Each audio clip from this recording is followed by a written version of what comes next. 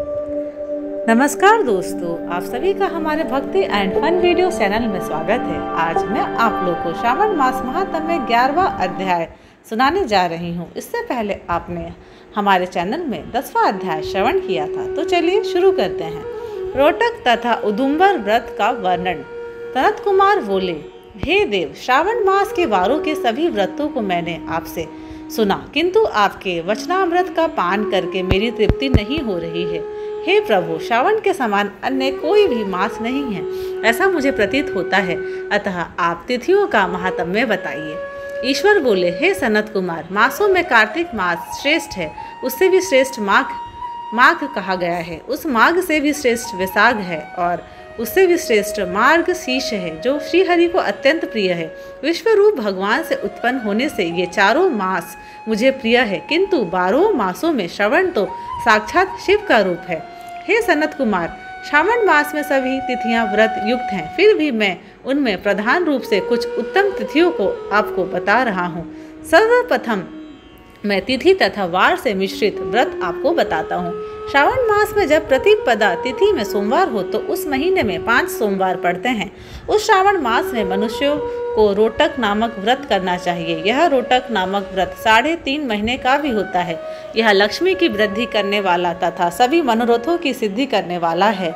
हे मुने, मैं उसका विधान बताऊंगा, आप सावधान होकर सुनिए।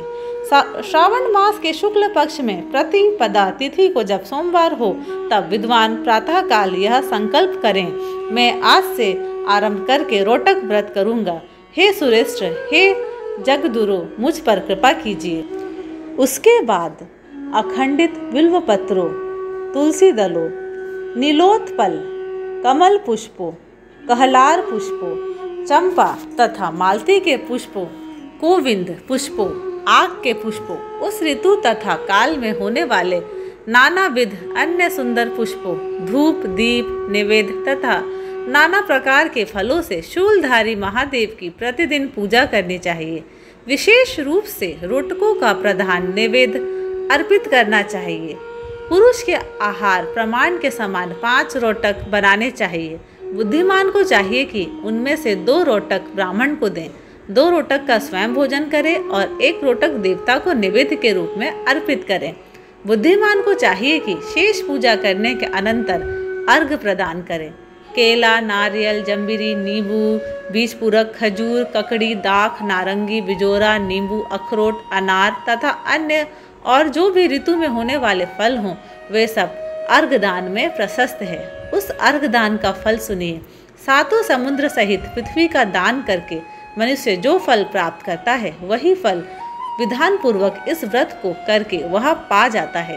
विपुल धन की इच्छा रखने वालों को यह व्रत 5 वर्ष तक रखना चाहिए। इसके बाद रोटक नामक व्रत का उद्यापन कर देना चाहिए।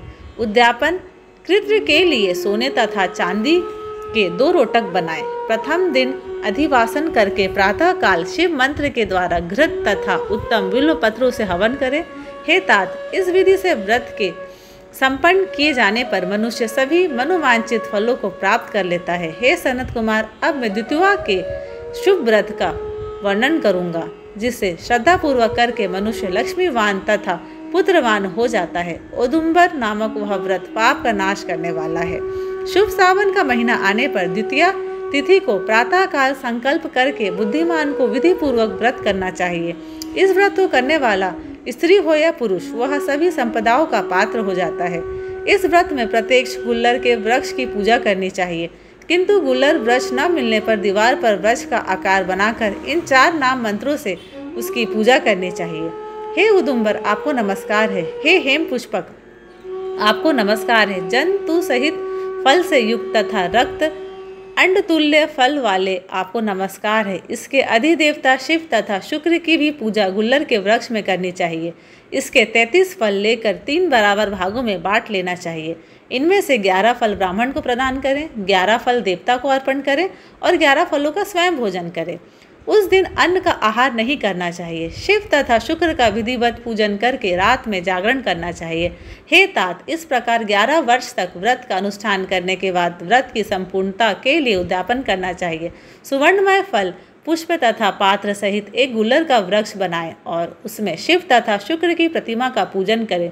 उसके बाद प्रातःकाल होम करें। गुल्लर के शुभ कोमल तथा छोटे छोटे 108 फलों से तथा गुल्लर की समिधाओं से तिल तथा घृत सहित होम करें। इस प्रकार होम कृत्य समाप्त करके आचार्य की पूजा करें। उसके बाद सामर्थ्य अनुसार 100 अन्यथा 10 ब्राह्मणों को ही भोजन कराए। हे वत्स, इस प्रकार व्रत किए जाने पर जो फल होता है उसे सुनिए। जिस प्रकार यह गुल्लर का वृक्ष बहुत जंतु युक्त फलों वाला होता है, उसी प्रकार व्रत करता भी अनेक पुत्रों वाला होता है और उसके वंश की वृद्धि होती है। यह व्रत करने वाला सुवर्णमय पुष्पों से युक्त वृक्ष की भांति लक्ष्मीप्रद हो जाता है। हे सनत कुमार, आज तक मैंने किसी को भी यह व्रत नहीं बताया था। गोपनीय से गोपनीय इस व्रत को मैंने आपके समक्ष कहा है। इसके विषय में संशय नहीं करना चाहिए और भक्तिपूर्वक इस व्रत का आचरण करना चाहिए। इस प्रकार श्री स्कंद पुराण के अंतर्गत ईश्वर सनत कुमार संवाद में श्रावण मास महात्म्य में प्रतिपत्रोटक व्रत द्वितीय दुम्बर व्रत कथन नामक 11वां अध्याय पूर्ण हुआ। धन्यवाद।